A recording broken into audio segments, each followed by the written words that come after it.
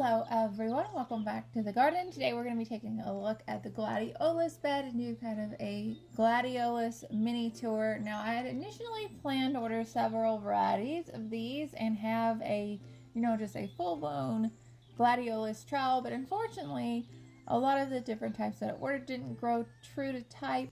When I first started growing, that kind of thing would be more of a disappointment, but now I've just come to accept this is how it is. So some of these will be a named variety and some of these will be more of a mystery. So I do apologize in advance for that. If you do see one that I don't know the name of that you think you might know its identity, please be sure to tell me down in the comments below. Of course, I will be very, very appreciative. Despite not knowing the name of some of these, some of them are very, very gorgeous nonetheless. Without further ado, let's get on into this. The first one I wanted to show you is this beautiful dark pink one. I didn't order any of these darker type of pink colors, so I'm not quite sure what variety this one is. This one is a mystery to me. As you can see, the petals are a little bit on the ruffly side, which I really love. I had made an effort to order a lot of the frizzle type gladiolus, and of course I was not disappointed. I just love these full petals. Even though this darker pink color is not one I would normally gravitate towards, I was pleasantly surprised with how much I really liked this bright, highly saturated color. And of course, the hummingbirds absolutely loved it as well, so I can't complain there, that's for sure. If you have any clue what this one might be sure to leave it down below. I'd really appreciate it. I definitely would keep this one again in the garden. The next variety I wanted to show you is one that did have a tag and one that had seemingly grown true to type. This variety is called Alicia.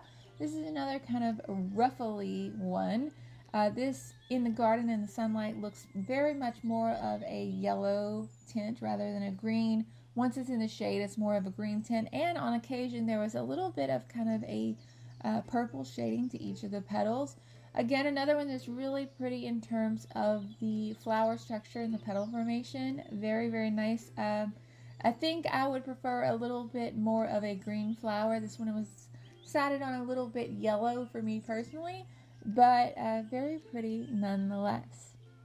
The next flower I have to show you here is another mystery flower. This one is just a pure white flower.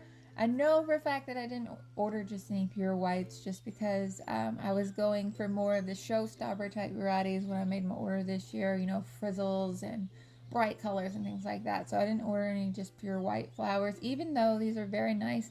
Very crisp and clean. These stayed very clean in the garden for a long time, even when there were prolonged periods of rain and things like that. So they are a beautiful white flower. Unfortunately, I don't have the name for you. I'm so sorry. Unfortunately, I just don't know the name.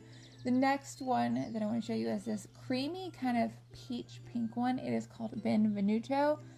This was a very nice flower. This one grew true to type for me here as labeled from my order. It shows more pink here, but there is definitely kind of a peachy salmon tone to it in real life. I tried to do my best to capture the true colors of how the colors were presenting on camera. A little less ruffled in terms of flower form, but there are some kind of crinkly margins that give it a gorgeous texture, and I'm sure it would be gorgeous for flower arrangements. The next flower that started to bloom were these red ones. I'm going in order of bloom. I definitely didn't order any red ones. Red ones aren't my favorite. I've just never really been into red flowers too much. But they look nice. I mean, for what they are, they look very nice, and I'm sure if somebody has an affinity for red flowers, these would definitely fit the bill. If you grew these red ones, let me know. Maybe you know what these are called. The next variety I wanted to show you is called Cream Perfection, and this is one of the reasons that I went ahead and, I was going to make a Gladiolus tour video, even though a lot of these are unnamed. This one is absolutely stunning.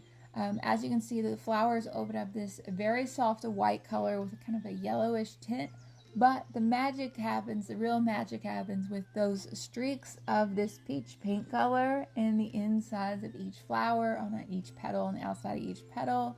These really are perfection, well named. These are so gorgeous. This is one of those varieties in which I don't think the camera is truly doing it justice. I would love to have this one again in the future growing in my yard. So pretty. Oh, it's beautiful. The next one is another really pretty one. I don't have a name for this one. It did not come true to type from the label that I had planted next to it. It could be one called Careless, but I'm not absolutely certain on that. So if you grew Careless and this one looks similar to yours, let me know, and we'll try to figure out what this one's identity is. Anyway, it's another kind of ruffly one. Shades of white and just a gorgeous kind of pastel pink around the outer edging. Very, very pretty. I hope I can find out what this one was actually called. Next is one called Esta, Bonita. Y que verdad me encanta. Esta flor es preciosa. Sorry for my Spanish, but this one's so gorgeous. It's a really pretty one. It's much more saturated than you would expect. It's shades of kind of a salmon orange color, but it's so bright and vibrant. The camera makes it look a little more orangey than it does in person. And you can see the throat of it is this beautiful yellow color. Not as much frizzled as some of the other ones that I'm growing in the garden this year, but still very, very beautiful. I really, really like this one. Almost to the end here, there's a couple more I wanted to show you. I believe this one is called Conca Verde. It is this unique, weird, quirky blend of green and kind of a purple mauve color. As you can see, the inside of the throat is that beautiful lime green color that's so pretty in Gladioluses, and that pinky purple color is around the edge. The petals themselves are delightfully crinkly and full and just give this magnificent appearance of texture. And these are really, really a unique one. I really, really like this one. I was actually really surprised because this is such a unique color combination. Last but certainly not least for this video, I wanted to show you one which was mislabeled. I believe this one is called Gerona, based on all my research that I've been able to find and the glads offered by the supplier that I ordered from. This one is stunning. This is really the main reason I decided to go ahead and make this video anyway. It is such a gorgeous blend of this kind of orange pink color with a lighter kind of yellow cream center throat. The texture is gorgeous and beautiful. They absolutely shine in the garden and in, as you can see, in buckets. They're just amazing. I think this is definitely one of my absolute favorite varieties this year.